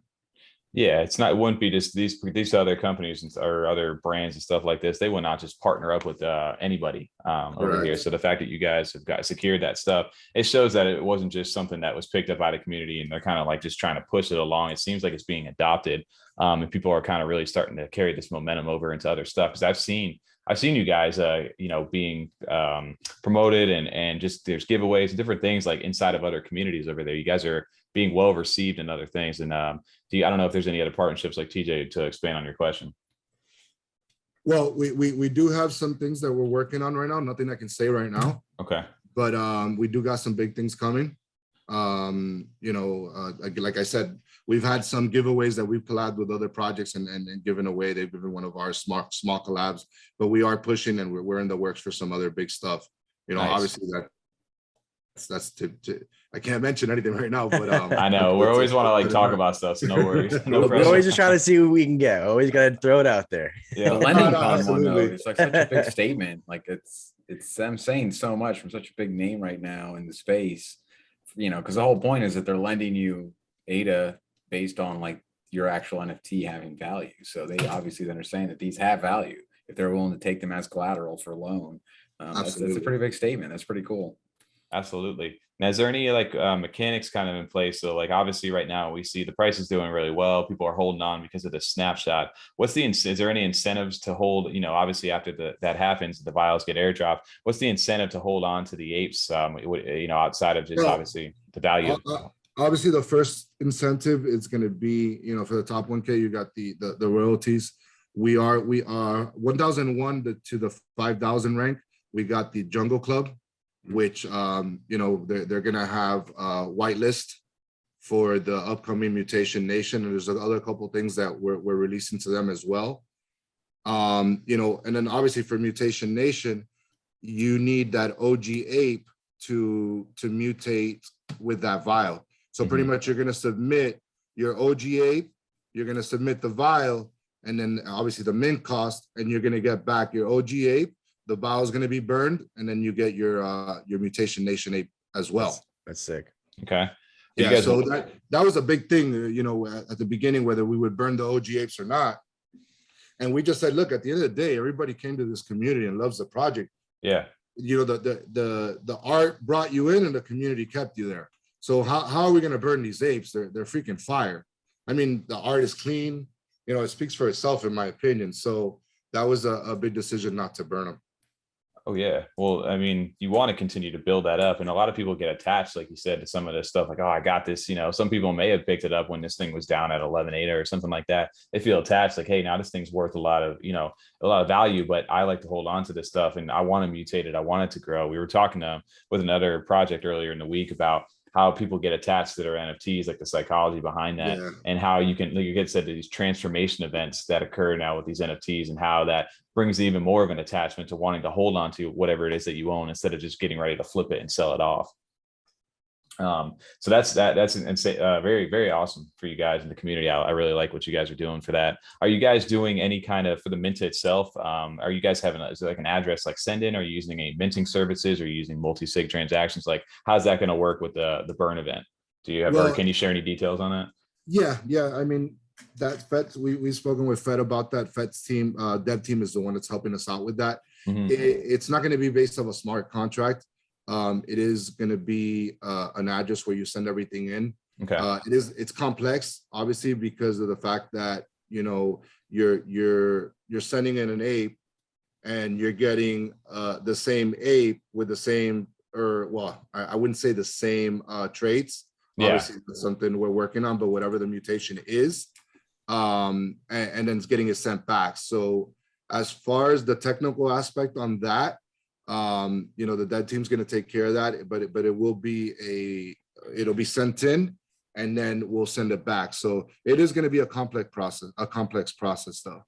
Yeah, we've seen that earlier back in the space. I think with Yummy was another one of the famous ones where you had to turn in an NFT with the ADA to get something burned back and returned back to you. We've seen other things that have implemented smart contracts on some of the bigger projects out there as well. So I know there's no right or wrong way to do it. It's just as long as it works. I think as long as you guys have a smooth drop for the way that you guys are doing that, I think that's the biggest thing for a lot of these mints now is it's people have a successful experience. It definitely bodes well for the long term of the project. Yeah, we're definitely working on it being a smooth process. Obviously, that's what we want. And I'm pretty sure that it will be, and then I'll touch a little bit on the mint price because we're doing something a little bit different. So we actually have our off-white list, we have our white list, and then we have our public. Okay. So there's pretty much 3 tiers. So but going back to the Canopy Club, some of the utility that we're speaking of, if you have a top 1K ape, the assets within that top 1K, you're going to be able to mint that for 29 ADA on your Mutation Nation ape. Oh, wow. And you're going to get to mint 48 hours prior to the public. Oh, wow, okay. That's cool. So then your Jungle Club, which I mentioned a little bit earlier, 1,001 through 5,000 ranks, you're going to be you're going to be on the white list, which you'll mint 24 hours after off white list, 24 hours prior to the general. And that's going to be also reduced from public at 39 ADA. Okay. And then obviously after that, we go to our public, which is going to be 49 ADA. But I mean, I haven't really seen that in a space where they had like an off white list, and general. We thought that was pretty cool, something different. Yeah. I mean, at the end of the day, we're a team of 8 with Fed as the advisor. Obviously, we try to come up with new game plans, try to do different things. We don't just want to follow everyone. We want to, be innovative and try to do different things. Yeah, for sure. So with those whitelists being out there, how much is that? Do you know how much that leaves for the public sale available to mint, assuming everybody mints inside the whitelist? Well, it's all within the ranks. So your off whitelist, you're going to have 1,000. And then your whitelist, you're going to have ranks 1,001 through 5,000. So that's basically 5,000. So essentially, there would be 4,999 for the whitelist. For the public. However, there is something that goes in there, and I mean, we haven't really decided exactly on the following, but I'll give you a little insight. I remember I said you can mint sets of 3s. So sets of 2, sorry. So if you have a top 1K and you want to submit a V1 vial and a V2 vial, jungle juice, that might leave less. So essentially, we might end up with less. We'll have 9,999 assets. But the total number of different 8s, it's going to vary, obviously, depending on who mints what. Right. Okay. So yeah, depending on, like you said, if people start to double up on some of this stuff, it could decrease that supply of that 4,999 in the public. I feel like the community seems really strong. It might be close to that number of 4,999. Well, it's not fully. It's more like a community, the third stage, because like I can't get in without an ape, because you have to have an ape, right, for the third public sale. So it's more like just the leftover, like the last bit of the rank in the community. But then anyone with a 1K can also try and buy back in, couldn't they? Yeah, I mean, as of right now, and again, like I said, we're about a month and a half, 2 months away from that drop, so we haven't completely decided. But there might be a couple little things that change from here to there in reference to that public. Okay. Oh, nice. For now, as of right now, you have to have an 8, but that might change. Gotcha. Okay. So that's good to know though. And so anybody, if they're completely brand new to the project, their best bet as of right now is to go ahead and pick up an ape off the secondary to be able to potentially get into that for now, unless otherwise, obviously, you guys make a move in the next month here. And you get them under 5,000, you get access to the whitelist there. So you'll that boat for your mutation. That bodes well though for, like you said, most people inside the space, they want to jump in on a mint and just go and flip it right away. But this kind of requires a little bit of an investment into the project at this point, right? You have to actually jump in prior to actually some of this stuff happening. So that kind of shakes out some of maybe those flippers that like to come in right away on this project. It's a nice buy-in to the community. Yeah, that makes a lot of sense. I mean, yes, but mainly the reason that we're doing it the way we're doing it, we want to reward the community that's been here with us. Yeah. That's stuck around all the way down to 8 ADA. You know what I mean? For you, sure. You stuck with us down to 8 ADA and we worked our way up. You know, you deserve to have some type of reward and have a benefit that not everybody else has. Yeah, I really appreciate that too, because you it's sometimes you feel so bad sometimes. Like if you're on other projects out there, they're like, man, I feel for those people. So the people that were there from the beginning, like you said, to bring it back to where it is now, and then to give them what you're about to give them, you know, it's got to come full circle. And I think, like you said, it's one of the feel good stories inside the CNFT space, just the NFT space in general, because you don't really see that too often. But you guys are kind of defying the odds. Yeah, you're defying the odds out here in this space and showing what the power community can kind of do. Yeah, man. That again, man, without a community, you know, you're nothing. You can have the best art, the smartest guys, the best devs. You can have the best of everything. If you don't have a community, you're not going to go anywhere. Yeah, that's entirely true. We've seen great projects fade away just because they haven't kept up with stuff. We've definitely seen that. Absolutely. Well, dude, it's been really good getting to know and learn a little bit more now. Obviously, TJ's been our kind of resident Ape Nation member over here inside the F35 team, but I think me and Tom, you know, we'll go ahead and jump over into this Discord and interact too, because I'd love to be part of it. Just this community in general. It's fun. It'd be fun to see what happens. Yeah, man. There's a lot of big things coming. And just one more thing real quick is the roadmap that you see now, it's subject to addition. Never going to be subject to change. We're never going to take anything away. But, you know, like the landing pond thing isn't on there. There's a lot of things that aren't on there that, you know, I can't guarantee there's going to be additions, but I'm very certain that there's going to be a lot of things added along the way. Well, dude, like you said, stuff moves at a mile a minute in this space. You know, like next month you guys can have a whole partnership with a whole brand new project. You know, or whatever it may be, new. So absolutely, you don't want to hold yourself to that. You kind of build along the way. So, but I know that you guys got a good team behind you guys. Got some great advisors, like you said, with that. So it's cool to see what you guys are doing. I trust that you guys are doing. You guys are on the right road right now. Awesome, guys. I appreciate it, man. And stay tuned. There's a lot of good stuff to come. Yeah, thanks for coming on, man. Oh yeah. Well, dude, yeah, J-Rod, it's been really good to get to know you a little bit. We appreciate you jumping in, repping for Ape Nation over there. Again, like you said, another Florida boy with us. So it's dope to have you on inside the podcast, dude. So, yeah, we will definitely look to jump over there and get the chance to talk with you guys again. This has been another community spotlight. J-Rod, we appreciate you jumping on, man. Thanks, man. Thanks for having me. And thanks to TJ for sticking around. There you go. Absolutely. For sure. Holding the faith. Thanks, guys. Have a good one. So that was a really cool spotlight. I'm glad we got to learn more about the project and what they have going on in the future. One thing we didn't get to mention, we talked about it afterwards, was the jungle juice vials. He gave us a little more information as far as the percentages of what each one or how they get distributed to the people. Yeah, like your chance at like getting them, which is like, yeah. I was actually gonna almost ask him about. We just got on to the next topic. So I'm glad he reminded us. Yeah, didn't he mentioned over there? So there's like the 3 different tiers, right? Like the pink one right here we have down there is tier 1. This runs number 2, and then a jungle juice, as they call it, the big one, the green one, is the tier 3.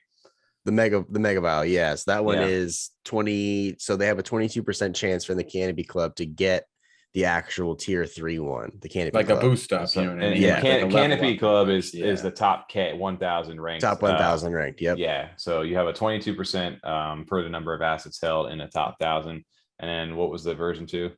Version 2 for the top 1,000 was 15%. And then they call the Jungle Club, which was ranked 1,001 to 5,000. They have for Vial 2 a 10% per assets held. So they don't get any benefit to the Vial 3 if you're holding between 1,000 to 5K. So if you're in that top 1,000, you got a good chance, 22% chance of getting one of those mega vials, the big one. So, and I'm pretty sure they said that there's a low supply on those as well. So they're definitely going to be sought after. Kind of reminds me, like I said, like Adanauts and stuff like those antidotes. Those vials are going to be very rare. But yeah, dude, it was dope to get a chance to talk to somebody like J-Rod. That was the first time getting a chance to meet him, but like obviously he's deeply developed into that community, and you could tell, and he just really enjoys the project. So shout out to him for jumping on. That was, like he said afterwards, that was his first live interview over there too. First time kind of doxing himself. And shout out to that background he had, dude. That background was dope. And shout out to Wolf for setting everything up, getting everything together for that. That was really cool, reaching out to us. They're really all just community done. Like they get it all done themselves right there. dude, crushing the game over there. Those guys. within the community. So shout out to We Are Ape Nation. Definitely a project. Don't sleep on them. They've got a great community, obviously, that are supporting, but outside of that, they have some good advisors, like we were talking about with Fettuccine and stuff. So they have some good people in the project that are kind of guiding them along the way. So shout out to Ape Nation. Thanks to J-Rod for jumping on. It was dope to learn more about that project. So moving forward, it's time again, guys. aeoniumsky. Aeoniumsky, baby. Who? aeoniumsky? Annie, are you okay, Ski? Some guy to Ski? aeoniumsky, I swear to God, we're going to make this super cut one day. It's just like the ongoing, like our live streams, we'll eventually get there. Discord, it happened. It may not be on time. Gordon. We keep telling him to do it. He's just, he's always recording, bro. He never he's never editing. We need editing. See, I was trying to think of a name that rhymed. I wanted to. That was so hard, dude. I was ready to hear that name. Editing. We still got like another 45 minutes of show to kill. We'll just sit here and try to come up with something rhymes with editing. That's the name. Editing, Eddie the editor. Eddie the editor. There you go. That's a lot of edited.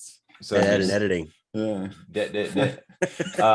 So if you skip past the last 30 seconds, aeoniumsky's Block 13 is dropping on May 8th, 2200 UTC as usual. I think 500 of these again in space. And then we are on lucky number Block 13. One cool thing that I don't know if you guys got a chance to see, aeoniumsky had people inside the Discord was all things lucky number 13 of unlucky just what they call them, superstitions or whatever it may be. Superstitions, yep. Yeah, for different things. So he had all these different things he was drawing in, and you can kind of see some of the stuff like the broken dishes, the ladder, the salt, spilled salt. What's the high heels on the table in a glass? Am I an idiot for not knowing that one? Wait, I don't know. There's the exit top sign. Top of the picture. Bermuda Triangle. Is that a ghost taking a shit? A white lighter. I know white lighter, dream catcher. Well, that's the ghost from Ghostbusters, like the slime guy. Yeah. Oh, okay. I got you. Yeah, dead lady. Oh, you killed a ladybug? Okay, there's that. You can't kill a ladybug? There's, I guess, holding your breath past the graveyard. Okay. Where does he hold? How'd you get to hold the breath part down? Where's he? I don't know. There's a graveyard. I don't know why else. But I don't know. Is there other superstitions about that? I don't know. Is that not something you guys did growing up? You had to hold your breath when you passed the graveyard? Not in my thing. I don't know. I've heard of that, but I've never done that. Yeah, you missed on the Sunday. You got the crow there. What was the exit sign one? I don't know. I don't know why that's bad luck though. I missed some of these, and I really want to know now. Now I need to go just Google all the stuff. The mountain monster under the bed. Look at that little sneaky little head underneath the bed. What is the high heel one? He put. I know it's bothering me. They put that in there just to mess with us. That one they made up, and they're just like, people are gonna go crazy out there. Right? Like, what this is? It's upside down too. That's a crime. Is that incense right here? Or like, what is that? I don't even know. Feathers. Feathers bundled up. Yeah. Oh, true. I don't know, bro. This is dope. Even the artwork for these looks so dope. aeoniumsky is always creative as hell. So he said he's basically built this into Block 13. And keep an eye out for it to catch some of these things inside of there.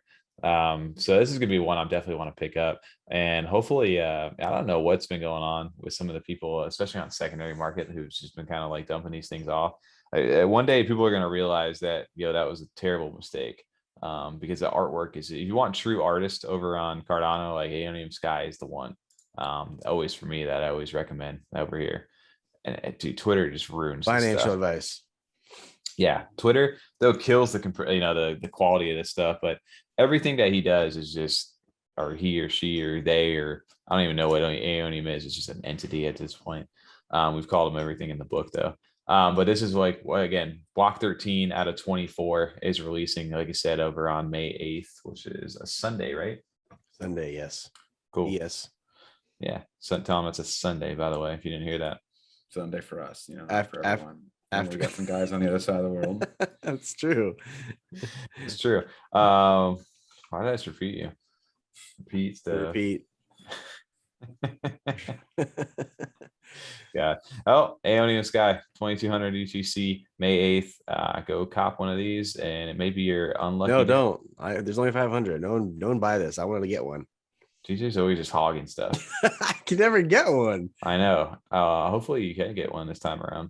I forget what they do. Are they doing like a NFT maker style kind of thing? I don't know if it's NFT maker, but it's definitely some sort of reservation style like that. Yes, it was a reservation style. I don't remember specifically what it was. But it was, yeah. So anyway, keep an eye out for those lucky, unlucky themes inside of there as well. We always got to shout out aeoniumsky. I can't wait to see whoever has like the actual like all blocks put together in one frame. It's always a cool thing.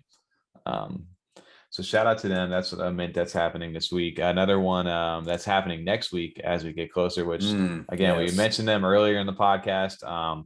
Guys, we're staying up to date with you guys. We're not leaving you hanging. Is Mocossi over here? You got your land sale minting over on May 11th for the whitelist. And there's a lot to go on inside of here. We still need to pick up our ITOs. I have not done. I've been looking. Yet. I've been. They're Etos. Etos. Got things on. Etos. We did. Didn't we do that in the live stream? The Etos. Yeah, the Etos. Yeah. So Eto 1, 2, and then the non-Eto holders, but you can somehow get into the whitelist, which they dropped like a really good article over here for this. Is like everything or almost everything you need to know about Mocossi lands. This is a good little article. Read it off for me and Tom. So on this part of the episode, we are going to go. No, there's obviously not need to do that, and I'm not going to bore everybody with that. But there's approximately 2,000 of these land plots in each of these regions. We were kind of looking at the map last week, and it's the art style on top of that. But it's dope to kind of see their take on this because it's definitely very detailed over there. And what it is, 10 different. I love the detail and like Me the too. creativity and the stuff. Yeah, the plots, land absolutely. Yeah, and it's been one of those things. Not anything about Mocossi, but so far, some of the land plots that actually have like attributes on them that I've liked the most personally, as far as the art goes, just either just kind of fall to the wayside. They don't kind of get the attention that they deserve, or a couple of them have completely disappeared on us that have looked very cool. So I'm excited for this one just because I love how much it looks or how good it looks, and I just think they have. It seems like they got big ambitions and promises for the future. So that they stick with that, it can also, really turn around to be a huge part of their project or the land in general. But I just really like the actual plots. Yeah, the plots look dope. And then on top of that, I know you can actually like stake your guys Ito, bro. I gotta get that down. I know we looked that up over there. But basically there's 5,000 of these land plots are reserved for Ito 1 holders. And then every 2 of those in your wallet guarantees you a plot of land. You can purchase up to 20 plots per wallet, which is pretty insane. I'm sure the 5,000 max too, like it's pretty capped off. They're not doing just like some 70,000, land plot type deal.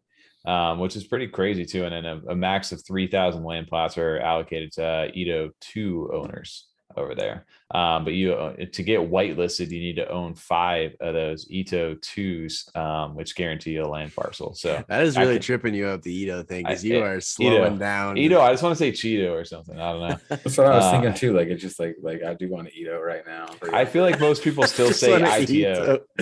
I still feel like most people say ITO. If there's any Mocossi fans that are still watching this, guys, correct us in the comments. Are we saying? Well, honestly, right? Someone corrected us in the live stream. That's why I'm saying Ito. Oh, that? What are you saying? He was saying Ito and like he spelled out. I'm done with this guy. I'm done. Anyway, TJ, as we move along here, no, there's 10 regions of the land over here, and then remaining land plots outside of those was 8,000 of them are actually reserved for non-Ito holders over here. And then you need to register for the whitelist. Basically, you need to register for the whitelist if you do not hold one of the Mocomons, which is a cool little name. I like that for that. And then the public whitelist is based on the order of registration, which they haven't dropped that yet. Whitelist registration date is actually happening on May 7th. So that is Saturday over here. Tom, in case you want to know. All right. Saturday for some. Just in case Tom needs to know, it is a Saturday, May 7th. The snapshot's happening on May 8th, and then the whitelist mint, like we were talking about, is actually going to be on May 11th. Public sale is between the 12th and the 14th, if any of them are available afterwards, which I have a feeling they're probably not going to be. So that's something to kind of keep an eye on. So if you're looking to get into this, you don't own one of the Itos yet, go ahead and register on May 7th. Keep an eye on Mocossi's channel for that. You'll be able to go grab one of these land plots, hopefully. But prices for this stuff is 89 ADA if you're an Ito 1 holder, 99 if you're an Ito 2, and if you hold some of the marketing events, 99, and then anybody who doesn't own any of that stuff is 109 ADA per land plot. So they give you a lot inside this article. You can go check it out on their Twitter page, mocossi.substack.com. It'll give you a good little breakdown of this project. But it's dope to see this because I know you're going to actually be able to stake your EDOs actually on your little land plots. And there's like a max of those. I forget what the exact amount is. That's actually interesting to see that. So this is the project. So yeah, I'm excited. We're keeping an eye on it. We're trying to get more involved with the community over here. It's taken a little bit of time, but we're here. We're aware of Mocossi. We're talking Mocossi on the channel. If anybody over there is still yelling at us about not doing that, we're here. Still early in the space though. Yeah, we're still early, but we're getting there. But shout out to Mocossi. This is definitely something that we're definitely sleeping on. We agree to that. Criticism's been fair of us so far. We agree with you guys, but we're here. So shout out to Mocossi. Now these guys are just like, you idiots. Now you're trying to get into one of these EDOs on the floor. You could have just listened to us and gotten one so much cheaper, so much earlier ago. Yeah. Well, now we're paying for it now, right? Literally. But dude, guys, you know what? It's getting about that time to wrap it up on the back end over here. Wrapping it up on the back end. It's a quick one, which is like another 2 hours, 10 minutes this time, something like that. Not bad, right? Not too shabby. It's not bad because we sneak in the little community spotlights. This week's community spotlight was fun for me just because it's a project that I know, TJ, you've been very involved in that over with Ape Nation, but as far as like being, not even I'd say very involved, but just somebody who's just being a part of the project, giving like an updates for it, right? We mean Tom been in the outside. It's weird for me to be the one on the outside because usually I'm the opposite way around. So it's cool to get to hear from J-Rod over there too. I just he's somebody deeply developed inside that community and just jumping on to talk to us. Definitely excited for that. And then outside of that, this is a slower week, I'd say, for mints over there. I know some stuff we didn't really talk too much about, which we're trying to get more of an update to, is also Nitties with their Knittables. I know they're releasing as well. So keep an eye on them if you haven't already. Jack and Potato, we're trying to set something up with Adam over there as well. There was a couple things that were minting this week. It's just we didn't know too much about it to really talk. There's an Omega Corp was another one that minted. What was another Safari Squad? Yeah, I mean they're doing pretty well. And I know this other project called Clayfellas is minting. We just don't know much about them. We see them. We just don't know much about them. That's why they're doing well. Exactly. They're all going to do really well. We know about them. We're here for that. We're not enveloped in those communities yet. So if anybody's ever in the comments or hears about them or yells at us, why didn't you talk about, come talk to us, man. We're always open to doing that. And we have some live streams and stuff. It seems like Thursdays may be the schedule for that stuff for us. So those are great times for us to jump in. Hey, come check out this project. I know you guys can cover it this week. Let's jump on and we'll get to the bottom of it with you guys. So we're gonna get to the bottom of it, like Tommy says. Whatever it is, we're gonna get to the bottom of it. TJ, I think we just got DMCA striked for that singing that song too. We gotta bleep that part out. I don't know. The acoustics in here. I didn't want to wake my mom and dad up. I don't know. I had a sore throat for a month and a half. Not the proper. Yeah. Anyway. I can't believe this ended up being another Freedom After Dark, because I was pretty sure we were gonna kind of pump this one out. It's like every time we're like, there's not a whole lot of crazy stuff that we were involved in minting. Just a couple follow-ups. We had a lot of recaps because we were in so much this past week, but we might be able to knock this one out kind of quick. And here it is, the after midnight again. Yeah, but it's okay. We're here to bring you quality content. We've got we even forgot that we mentioned TJ, which I don't know, maybe we'll link it or not. We jumped on with Aaron with Cowboys of Crypto earlier in the week too. Shout out to them for hosting us over there. I know, Tom, you were Freedom After Dark in bed for that one. Freedom in bed. I was watching on my phone. You had Garfield lasagna in there. Garfield lasagna. And it was dope just to kind of that. If you guys ever want to see more content for stuff like that too, let us know, because it's kind of fun to see people starting out and kind of guiding them and how to get started. So we like I said, we're always so deep in this thing. Sometimes it's easy to get lost and to forget that people are just kind of have no clue where to kind of start. Especially like with the wallet thing, right? The couple of questions were like, well, how can I use a Coinbase? No, you can't use a Coinbase for this. Like, it was just you can, but you're not going to get any. You're not going to be happy afterwards. You're going to have a very big learning experience. Exactly. That might be fun. And maybe we can utilize live streams for things like that. If just like kind of like and buy some mints from Coinbase? No, educational fucking stuff, dude. The more you know. I mean, have you tried it? Maybe they've updated it. I think you should give it another shot. That's another one too I have to cover. I'm gonna get an update for is Cardanoutries. They're doing some educational videos finally, like we talked with Damien a while back. Some training stuff. That's really cool. Yeah, well, I'd like to hear from him about that. All right, add it to the list. Yeah, we'll get to that like we'll December catch back up 2023. Hey, we'll catch back up, and by then I'll know how to code an entire tree or rocket into the blockchain. Now we're talking. So yeah, shout out to these live streams, man. I'm excited for more of these things. Maybe eventually we will actually game. We'll get to do some gaming with you guys. Organize an F-35 game night here. I'm just curious what kind of games again.